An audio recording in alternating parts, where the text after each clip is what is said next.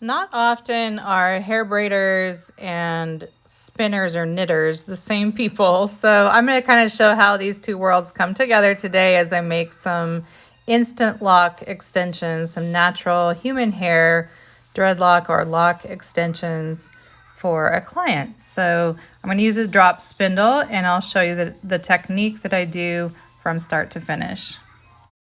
So these are being made for a client that they are about 18-inch extensions and they will be installed. They have some hair left out on top. This is a pack of 10 of them, or a bundle of 10. So the hair left out on top is going to be used to actually attach to the hair at the root of the client's head and lock this hair into the hair at the root. So she has hair about that long. So that's going to be locked in, and then it will blend out with that lock extension so that it gives the illusion of about 22 inches long of a dreadlock that looks like it's all, grown out naturally with established locks. So what you're going to need to make these human hair lock extensions is some Kinky Bulk hair. This is Vivica Fox Kinky Bulk Afro Soul human hair in number 2. Number 2 is, of course, the color.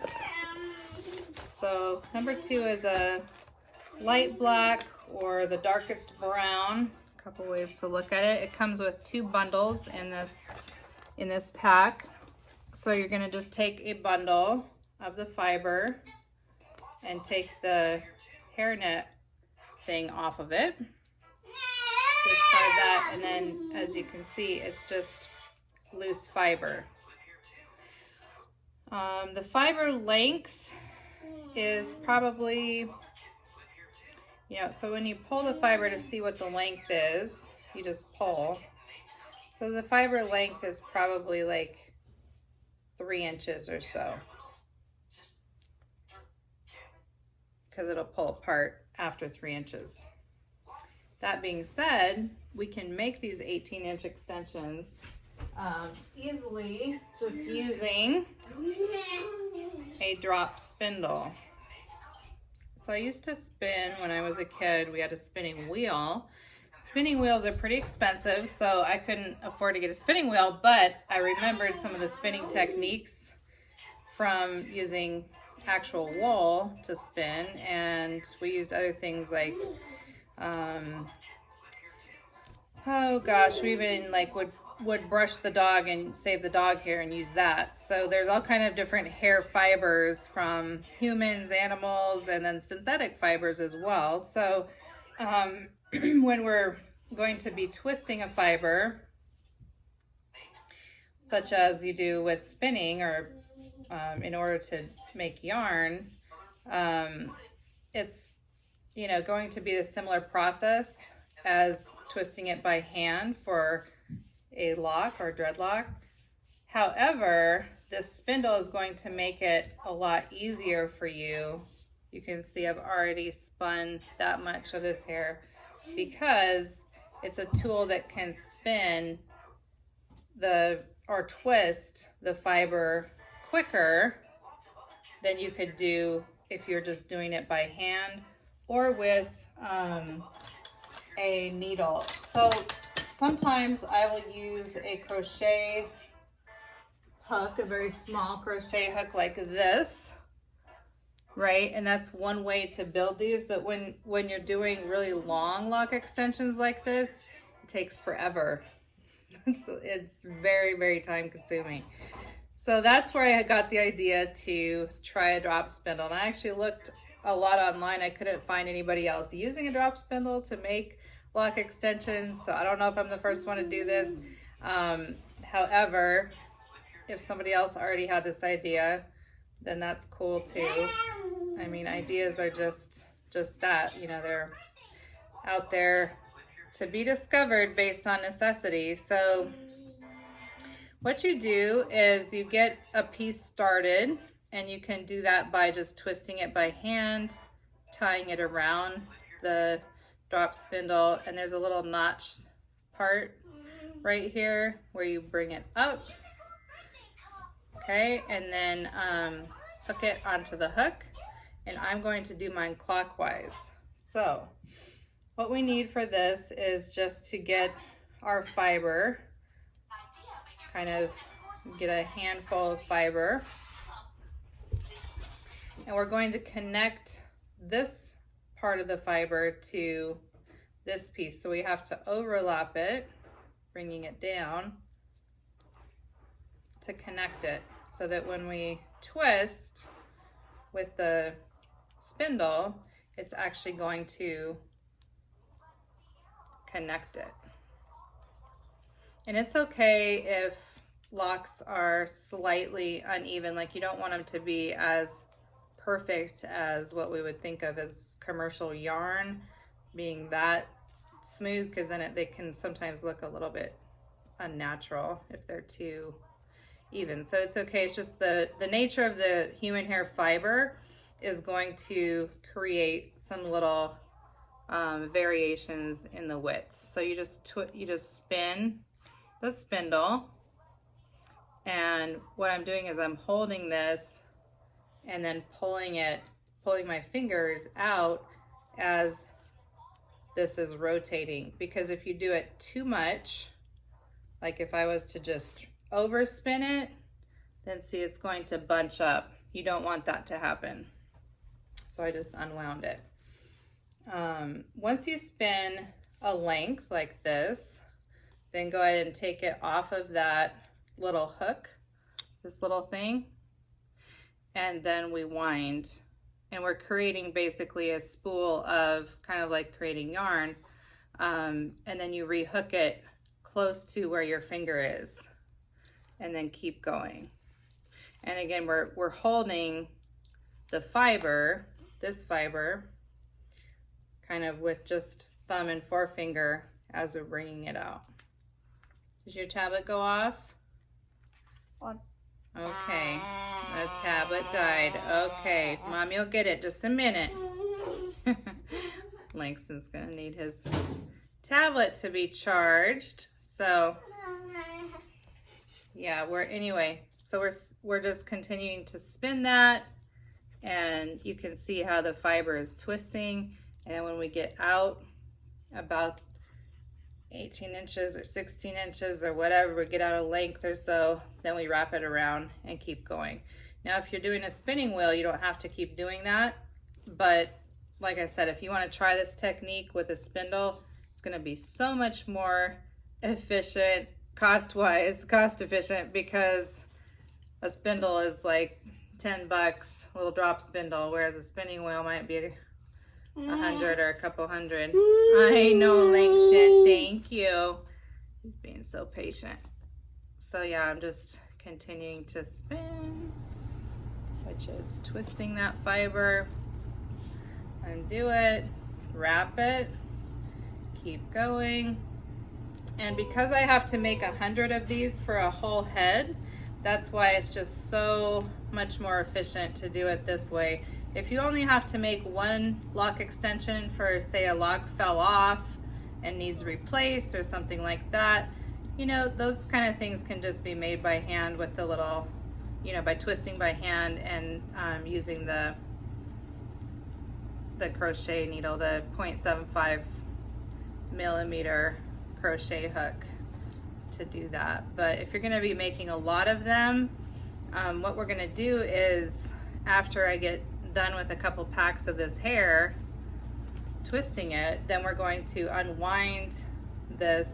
It's going to come off of the spindle kind of like a ball of yarn, and then we're going to go ahead and cut it into lengths of the 18-inch extensions. So I'll show you that in just a second here. Thank you, Langston, for being so patient. I'm sorry your tablet died right when Mommy was starting to do this. Okay, so I'm gonna go ahead and just stop right there and show you that, you know, you can hook your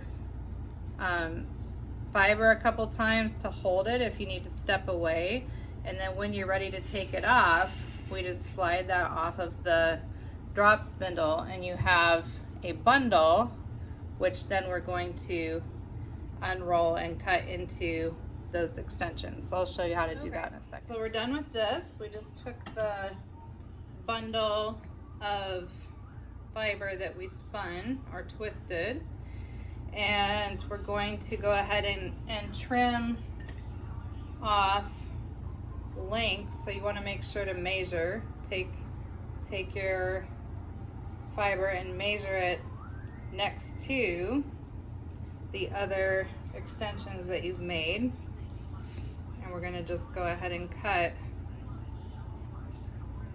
and we're going to keep doing that all the way down the length. Now after you trim, it's going to kind of, on the first little section, it's going to want to unroll a little bit or do this. It gets a little bit loopy, which is fine because that's the most recent one that you twisted. So what you're going to do is go ahead and take your this is a 0.5, you can also use a 0.75, and you're going to just finish off the end, the part that you cut, by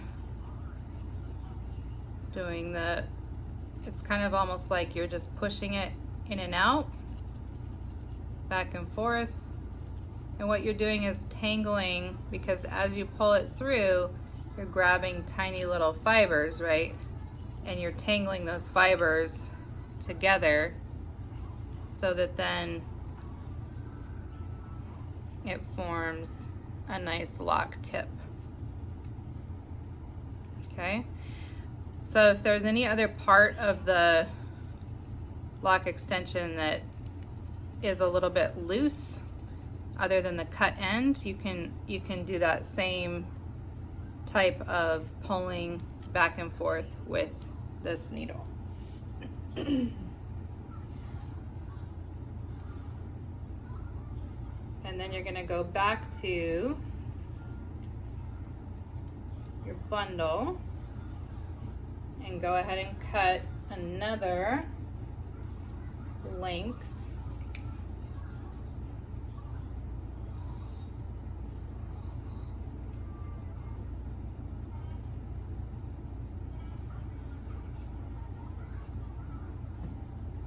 And on the second length, you don't have the natural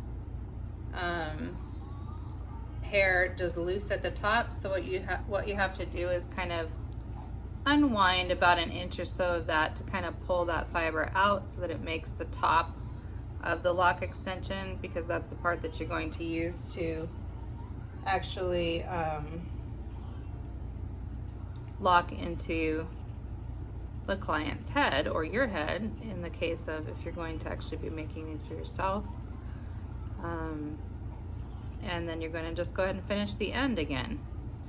So the two steps, once you have your nice amount of spun fiber, twisted fiber, the two steps are cutting the lengths, and then kind of after you cut the length, unraveling the one end so that it shows like this, loose fiber to attach, and then on the other end getting some kind of a small micro crochet needle, 0.5 or 0.75, and going ahead and tangling that end just to kind of make sure that that knot is extra secure and not loose. And that's the end again, where the other end where it's been cut. So the second one on down, the length of the fiber that's been twisted is going to be cut on both ends, with one end being loose and one end being finished off, knotted tight. And then I just like to bundle my lock extensions in sets of 10 or groups of 10, because that is going to make it easier for counting purposes because I'm trying to do 100 lock extensions. When they're really small like this, sometimes you can even do up to 120 depending on the thickness of the client's hair. And for this particular client, I'm just going to be doing 100. And we'll see how that goes. And if I need to make a couple extras, I can just do those on the spot. But at least when she's here, then it saves so much time because I don't have to make all of the 18 inches of lock extension while she's sitting in the chair and take all day. Because this would take all day to do with this little needle. It'd probably take 2 days to do micro locks. It's almost like a sister lock type of width. A different method of making them than sister locks, to be clear, but you know, it's a similar look. It looks more like hair when they're done because they're so small and narrow. And because these are human hair, you can use oils, you can use gels or any other kind of product that you want, moisturizing products, as well as washing is going to be just like human hair. Everything's like it is human hair. So it might not all be growing out of your head because we're mixing the top part with the natural hair.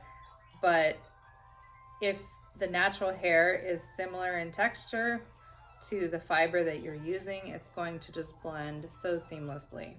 So I've done a lot of lock repairs where people's locks pinched off and fell out, or maybe there was just like a thin area, and wrapping and micro needling to repair to kind of thicken up a little area to make the locks more even, or thickening the whole lock all the way down for people who just want their locks a little thicker than how they got them started. So many options. It's just great to have fiber to work with, this kinky bulk fiber, and you can get a lot of different brands, but the AfroSoul Vivica Fox one is the one that I've used the most often, just because it's very easy to find. It's on Amazon and in most hair supply stores that sell hair extensions and braid hair and things like that. So I hope this is helpful. If you have any questions about the process of the drop spindle, using the drop spindle, let me know in the comments. And once again, you can get all of these tools actually on Amazon, or you can get a drop spindle at a local yarn shop, a spinning shop. Usually we'll have this, or knitting, like knitting and spinning, that kind of thing. I don't know if they have them at the commercial places like Michael's, because it's not a super common thing to do. They should have them, but yeah, not a lot of people have experience with spinning. So it's kind of random. We used to go to a sheep farm and get wool, and then bring the wool home and card the wool to get all of the like grass and different things out of it, and then wash it, and then yeah, spin it once it was all carded. And but that was with a spinning wheel, so it went a little bit faster. With the drop spindle, the other thing that you're going to need to make sure is that you always spin the same direction. So I just always like to spin clockwise so that I remember. If you spin, if you start spinning the opposite direction, obviously it's going to untwist your fiber. So you want to always spin the same direction. Again, to start your piece, you're going to hand twist to start on the drop spindle, and make sure that you tie that part around that end of the leader part. Tie it really tightly around here, and maybe wrap a couple times so that it's really secure, so that when you pull it up through this little notch and hook it, it stays. You don't want it to be spinning on this. You want it to hold in place with the notch and the little loop, and that's how it twists the fiber. So Some people will even like roll these on their leg and things like that when they're spinning. However, I don't find that to be useful for hair for making locks, because you want a little more control of the width. And so I like to stay within a couple inches of the top of that as I'm going out. So I like to, you know, sometimes I'll twirl it, but not just let it, you know, loose, or roll it, you know, super hard so that it spins and spins and spins, because it'll usually overspin or over twist the fiber, because I want to keep like leading it out from that handful of fiber. The other option that you can do is to, if you have your fiber, some people will actually create like a section that goes, like kind of section out or pull out the fiber, you can see, kind of almost as if you're spinning or twisting. I like to just do this as I use the spindle, as I spin, rather than doing it beforehand. But some people will do this to create quite a long length, and then like wrap it around your hand, and then, you know, do it on the spindle, and then you have like this already sort of sectioned out as far as the width that you want it to be, so that when you're going down, you can kind of go a little bit faster. But once again, I don't find that to be necessary. But again, that's another spinning technique that some people use. I don't do that with hair making locks, just because again, I like to stay pretty close to that little hook to get a nice control over the twisting, so that it stays pretty uniform, but you can just kind of feel it, like how it's going, and you can feel that it's feeling like a lock as you go out. So hope that helps. And again, if you have any little loose sections, once you're done, just use that little micro needle, crochet needle hook, and go back and forth to kind of knot up the fiber in that section. So micro lock extensions, natural human hair. And again, this can be used for repairing, replacing, or just starting new locks with a look that is going to give the impression that you've been growing your locks for a very long time. So mature locks or instant locks in a day. I'll be installing these in about a week or so on the client. So I'll have to follow up for sure on my hair page on Instagram. It's at Hair by Rachel Dolezal. You can follow me there to see the hair. I'll for sure have a picture of her the finished head of hair of lock extensions on there. I don't know if I'll do a YouTube video of installing them. I will try to do that. I don't like to bother clients with taking their time to do those kind of videos, just because it always takes a little bit longer to do a tutorial than to actually just do the thing. Whatever you're doing, it takes longer to make a video than to just do it.